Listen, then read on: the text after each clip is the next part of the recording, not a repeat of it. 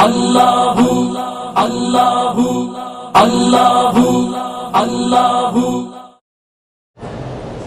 ماہ رمضان میں اگر امام کے ساتھ وتر پڑھیں گے وہ بھی جائز ہے۔ اگر کوئی بہت زیادہ سخت اپنے مسلک پہ عمل کرنے والا ہے تو اپنے وتر الگ پڑھ لیں۔ میری ہمشیرہ فوت ہو گئی، اللہ پاک ان کو جنت عطا فرمائیں۔ عمرے میں طواف کے بعد نفل پڑھیں یا صفا مروہ، افضل یہی ہے کہ طواف کے بعد 2 رکعت پڑھیں۔ اگر کوئی صفا مروہ کے بعد پڑھے وہ بھی جائز ہے۔ نماز میں اگر چھینک آ جائے تو الحمدللہ نہ کہیں۔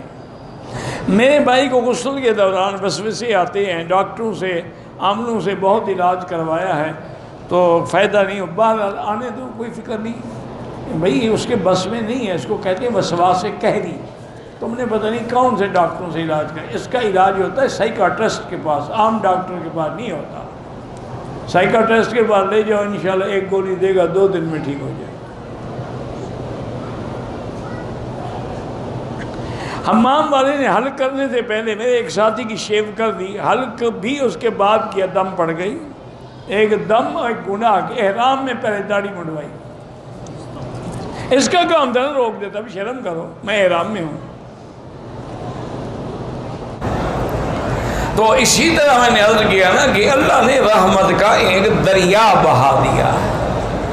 اچھا، آپ نے کسی کو افطار کے وقت پانی پلا دیا ہے، آپ کو بھی پورے روزے کا ثواب مل جائے گا۔ آپ نے کسی کو 1 کھجور کھلا کے افطار کرا دی، آپ کو بھی پورے روزے کا ثواب مل جائے گا۔ لیکن کوشش یہ کریں کہ سحری ہے یا افطاری ہے، سوکھی روٹی ہو لیکن حلال کی، اور اگر مال مشتبہ ہے، اگر گوشت مشتبہ ہے، اگر جو چیزیں آپ روز مروز کھا رہے ہیں وہ مشتبہ ہیں، تو پھر خدا کے لیے اللہ کے روزوں کو برباد نہ کریں، پھر زمزم سے افطار کر لیں۔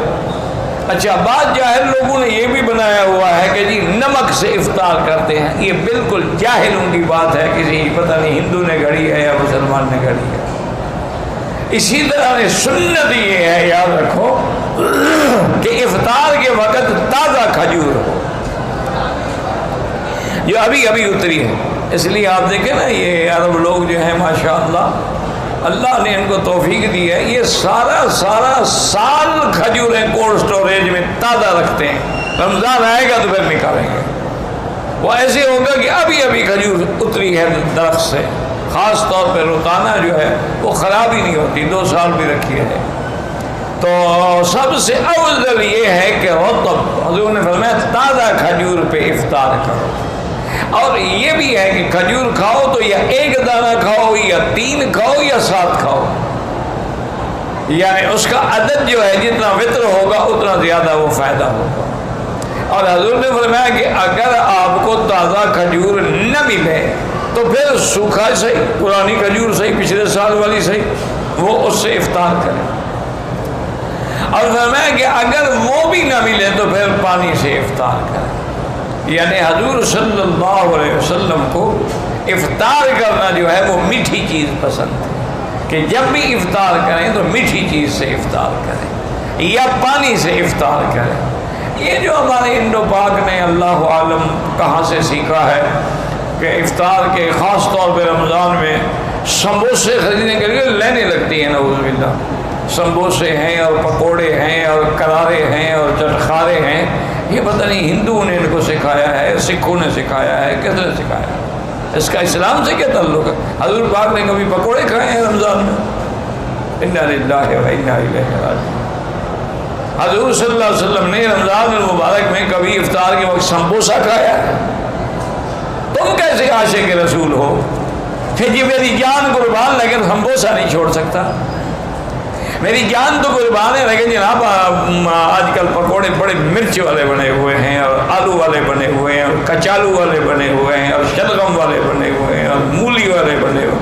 عورتیں گھر میں سارا دن بیچاری خاوند روزے رکھتے ہیں، وہ بیچاری کھانے پکاتی رہتی ہیں۔ انا للہ و انا الیہ راجعون ولا نقول الا لا حول ولا قوة الا باللہ العلی العظیم۔ سورۃ فاتحہ کے بغیر نماز جنازہ ہوتی ہے؟ نماز ہے ہی نہیں جنازہ، جنازہ تو دعا ہے۔ اس میں سورۃ فاتحہ نہیں ہے احناف کے نزدیک.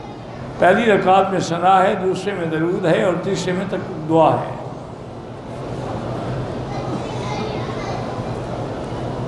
پاکستان جو دینی جماعتیں بالکل ان کی مدد کریں. قبروں پہ قرآن پڑھنے کا کوئی حکم نہیں. حافظ قرآن بھول گیا ہے، توبہ بھی کرے اور یاد بھی کرتا رہے. قضا نماز عشاء کے ساتھ وطر پڑھنا لازم ہے. قضا اگر ہوئی ہے، وطر بھی قضا ہے تو پڑھنے ہوں گے.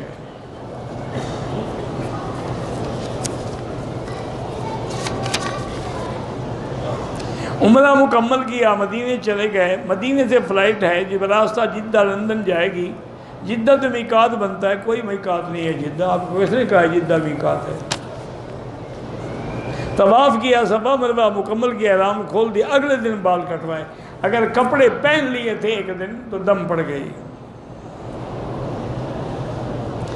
کہ لندن میں کرائے کے مکان میں رہتا ہوں، ذاتی جائیداد نہیں ہے، بینک سے قرضہ لے لوں. بینک پہ سود لیں گے، نہ لیں تو بہتر ہے. ساری زندگی سود ہی بھرتے رہو گے. اگر دم پڑ جائے، مالی حیثیت نہ ہو، جب اللہ توفیق دے پیسے بھیج کے کرا دے.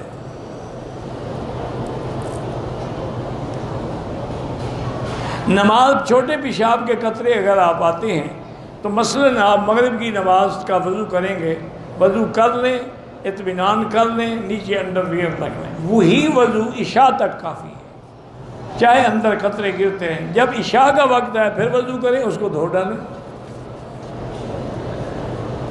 حضور پاک 15 شعبان کو قبرستان تشریف نہیں لے گئے. صرف 15 شعبان کا روزہ رکھنا منع ہے. 13، 14، 15 سنت ہے. کیسے جی یہاں والے جو ہیں عورتوں کو روکیں گے، وہ بن ٹھن کے کیوں آتی ہیں؟ تم دیکھنا چھوڑ دو، وہ بننا چھوڑ دیں گے. کوئی جب نہیں دیکھے گا تو کس کے لیے بن ٹھن کریں گی؟ زمزم کا پانی ہم بیگ میں لے جائیں، کسی میں لے جائیں، آپ کی مرضی ہے.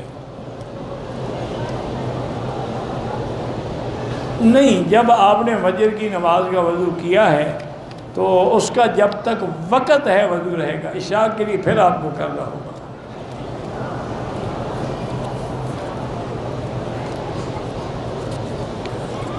ایک آدمی نے مدینے سے احرام باندھا، کمرے میں آ کے عمرہ نہیں کہ احرام اتار دیا.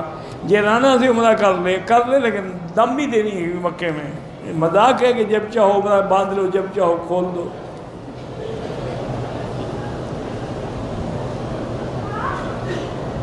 میں نفلی طواف کر رہا تھا، 5 چکر پورے کیے، طبیعت خراب ہو گئی، طواف چھوڑ دیا. اب ٹھیک ہوگی تو جا کے طواف دوبارہ دہرا دو کہ اس میں جو میں نے غلطی کی چھوڑا، اس کے بدلے کر رہا ہوں.